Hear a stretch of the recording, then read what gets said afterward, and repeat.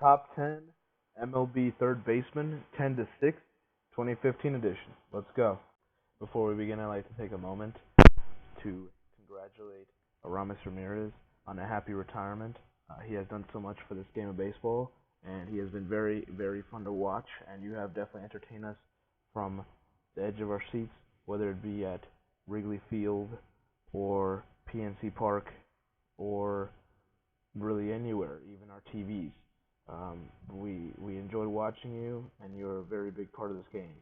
Again, he was a part of the Pittsburgh Pirates, the Chicago Cubs, and last but not least, the Milwaukee Brewers.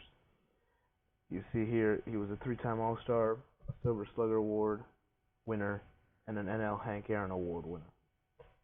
So, he did so much for the game of baseball. Again, during his career, he had 2,194 games played. He had 8,136 at-bats, 1,098 runs scored, 2,303 hits, 495 doubles, 24 triples, 386 home runs, 1,417 RBIs, 633 walks, 1,238 strikeouts, 29 stolen bases. He had an overall 283 average, a 341 on base, a 482 slugging, and an 833 OPS. And also, as a third baseman, he collected his fair share of putouts, 1,197, 3,627 assists, had accumulated 244 errors, 287 double plays, and he had a overall of a 952 fielding percentage. You are an outstanding third baseman. You will be missed, and happy retirement to you. Number 10, David Wright, age of 32, New York Mets third baseman. This is a pretty much 11-year vet that has pretty much made himself known as being one of the best Mets of all time. He's been in this organization ever since he got drafted, and you know what? He's still productive, even after a very injury-prone type season this year. Watch him get back to his normal self next year, because he's got that ability. Overall, you see what he's done so far. Ever since 2013, he's been the New York Mets captain. He's a 7-time All-Star. He was on the All-World Baseball Classic team, 2-time Gold Glover, 2-time Silver Slugger, 30-30 Club, and he holds right now multiple Mets franchise records, and that includes pretty much at-bats, runs scored, hits, total bases, doubles, runs batted in, base on balls, strikeouts, runs created, extra base hits, hit by pitch, sacrifice flies, and times on base. So, yeah, he holds many records accountable, and that is why he's probably going to be known as probably the best Met to ever put on a uniform. Definitely he's only 32 still, so I don't count him out, especially him. I believe he'll be still going at it for a very long time, and watch him. I think he'll retire as a Met.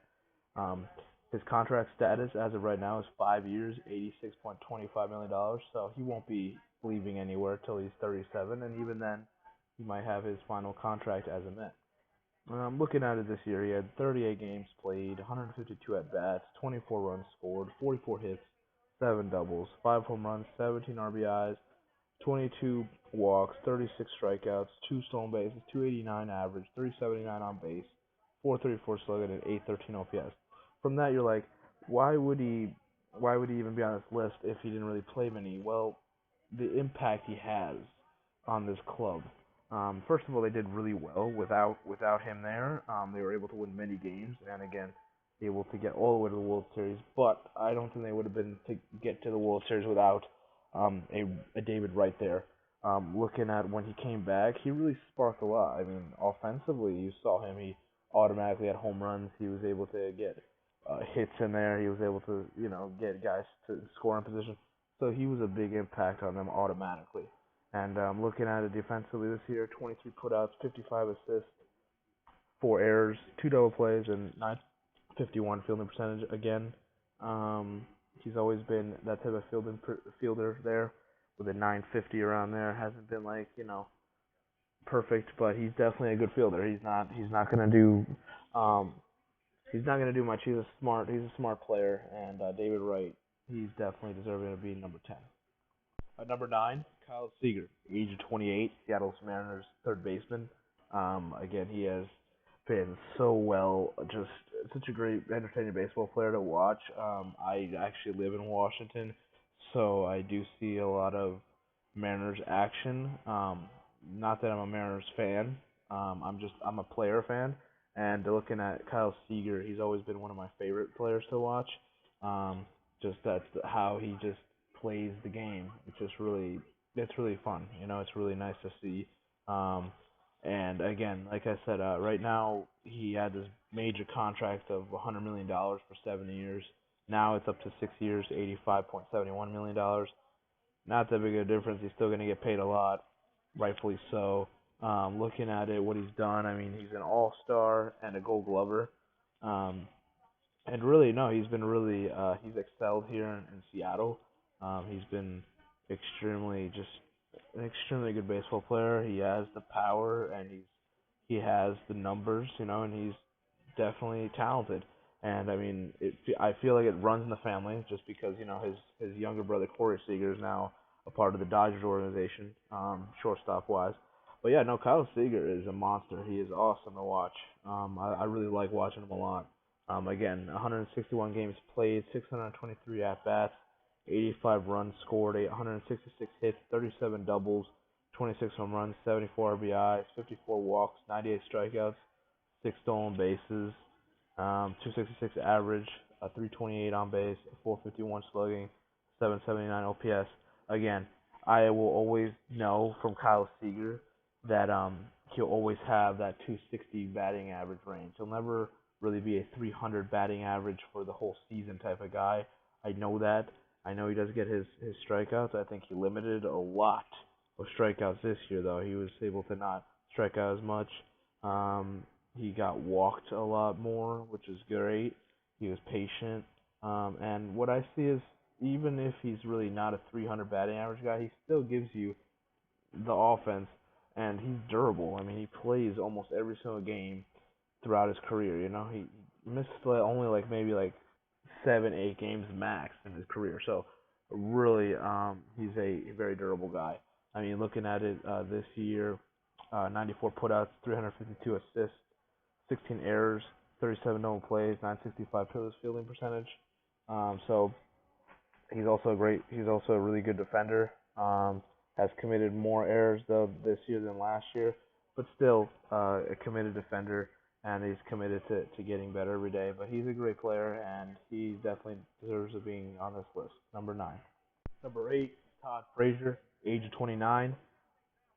The A's just recently got traded to the Chicago White Sox. So really, this to me was kind of a shocker. I think the Reds organization really liked him, and I know the fans really love watching Todd Frazier all the time. And obviously, he's been getting unbelievably just better every single year. Um, and I think it was kind of sad, I think, in the part of the Reds organization to let him go. But I mean, I knew what the whole thing was about. The Reds really not a contending team. They needed to start rebuilding somehow, and the White Sox, I know they're not really a big powerhouse neither. But when I look at how they are set up right now with this trade, you lost Gordon Beckham, right? I mean, he was your starting second baseman, but he kind of moved to third and stuff. But I mean, really, you can just work out the kinks with having you have Jose Abreu at first. On the other side, you have Todd Frazier. So you both have power and fielding. Just the fielding is going to be good, I think. You have Todd Flowers at catcher. Alexi Ramirez hopefully comes back to the White Sox. Second baseman could be Emilio Bonifacio. It could be Micah Johnson. Um, really, we could go anywhere here. Um, and then the outfield, you got Avisail Garcia at right field, Adam Eaton at center, and Melky Cabrera at left, plus a DH and Adam LaRoche. That is a really good offense. To me, in my opinion, that's a good offense, and I think that's an offense that can be very productive and at times could be just a really dangerous lineup that really could get teams really cautious of how they pitch to this team and how they focus on them, because I think this is a really good team right now. Manager Robin Ventura has to be happy. Again, Todd Frazier, he's got 1 year, $6 million left in his contract. He's been an All-Star, two-time All-Star actually, and obviously we all know about his home run derby champion right there. That was really fun to watch back in July. Looking at 157 games played, 619 at bats, 82 runs, 158 hits, 43 doubles, 1 triple, 35 home runs, 89 RBIs, 44 walks, 137 strikeouts, 13 stolen bases, 255 average, 309 on base, 498 slugging, and 807 OPS. That's a dangerous hitter right there. That is a really slugger type of a hitter. So that's what he's got going for him. Again, looking at it, 102 putouts, 274 assists, 19 errors, 21 double plays, and 952 fielding percentage. Again, it's a good fielder that knows what it's doing. Does commit errors at times, but what can you say? Overall, he's a good defender, and he's a great offensive player. So Chicago won in this case. Cincinnati, I would say they won, I guess, because they're rebuilding, but they're gonna miss him for sure. And he is a top 10 third baseman in this league. So number 8. Number 7, Matt Carpenter, age of 30, St. Louis Cardinals third baseman. This is a guy that actually I already knew in the past that he had a really great ability with his bat. Not really too much on the defensive side because I just paid attention to more of his offensive side because he was just a very dangerous hitter. And I remember he was chasing the batting title at one point. That was about 2 years ago. I'm gonna say it's about 2 years ago. Back when the Red Sox beat obviously these Cardinals in the World Series. And after that, there was a whole like slump, I think, for like another like year and a half around there, where I just really didn't pay attention to Matt Carpenter anymore, because it looked like he was just like a one-hit, 1 year type of guy. Like he was just a guy that was gonna have like this really short, unbelievably like productive career, but it wasn't gonna last long. And I thought, oh, okay, I guess he's really not that important anymore, or he's just not gonna be really that productive anymore for this team. Again, he was a second baseman, and I thought, okay, so I guess he's done pretty much. I mean, I've seen a lot of other better second basemen out there, so I'd say he's like slumping into just not even gonna be that great. Now he's a third baseman now, and he proved me really wrong on that. I actually felt like a complete idiot after kind of having thoughts on that. He is one hell of a baseball player. His contract isn't even what he's supposed to be for. I mean, you're looking at 4 years left, worth 34.66 million. He deserves at least 4 years, like maybe 80 million or so. This guy actually gets really underappreciated, really underrated, and really underwatched. Not many people watch this guy. Obviously, depending on what area you are, or if you're a Cardinals fan, I know a lot of people really are not much fans of the Cardinals. Maybe because of their successes with minor league stars, or I don't know, but they come out of nowhere. I mean, this is a organization that just they always seem to have some stacked player, and they just it looks like, oh, okay, this is just another minor league guy. He comes back, he comes into the league, and he just stomps on all over the competition. I'm like, wow, that's another minor league player that is gifted. So they have talent for days. Now, looking at Matt Carpenter, though, specifically, you're looking at a two-time All-Star, an NL Silver Slugger, a two-time NL Doubles leader, an NL Hits leader, an NL Run Scored leader. So, yeah, offensively, he's known for that.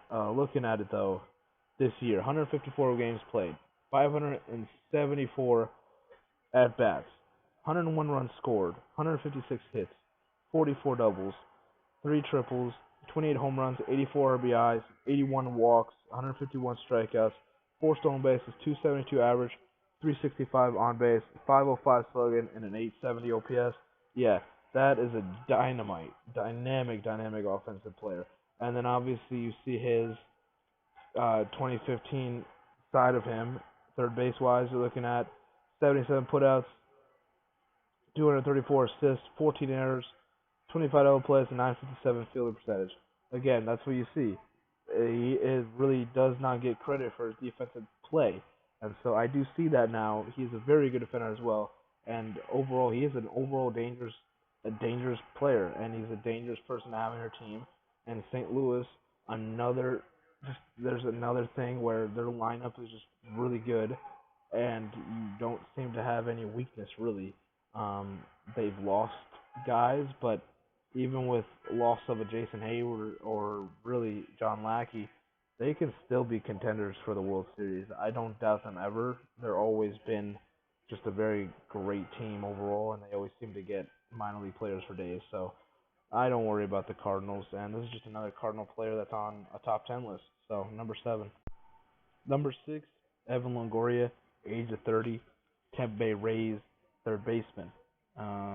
We have known Evan Longoria ever since he stepped into the league back in 2008, and he has been pretty much, he's Mr. Ray. He is the Tampa Bay Rays pretty much greatest player, I would say, ever to put on a uniform. I really believe that. I believe he is the face of the franchise, and he's got 1 year left, $2.92 million, and this is the year that Evan Longoria will exit the Tampa Bay Rays organization. Yes, I am saying a bold prediction right now. I believe it's very risky for me to say because he's been in this organization ever since he walked into the MLB at age 23. But at 30, with 7 years in, no ring, is in a Tampa Bay Rays organization that most likely, even though they always seem to shock people, they didn't get to the postseason last year, and quite frankly, they're not looking like a World Series team, winning team at least.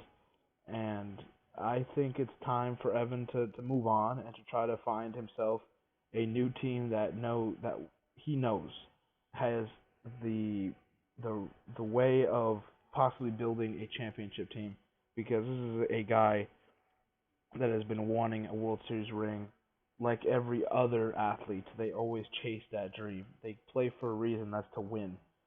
But I think for Evan Longoria, for him being named just one of the best, overall players in this league, I think his numbers are a little bit down, and Rays don't score many runs, and just the overall, what I believe is Tampa Bay is not for him anymore. I believe he's gonna find a new home, and I think he'll succeed no matter where he goes because he's still got a lot of baseball left, and he's still a great baseball player, very good baseball player.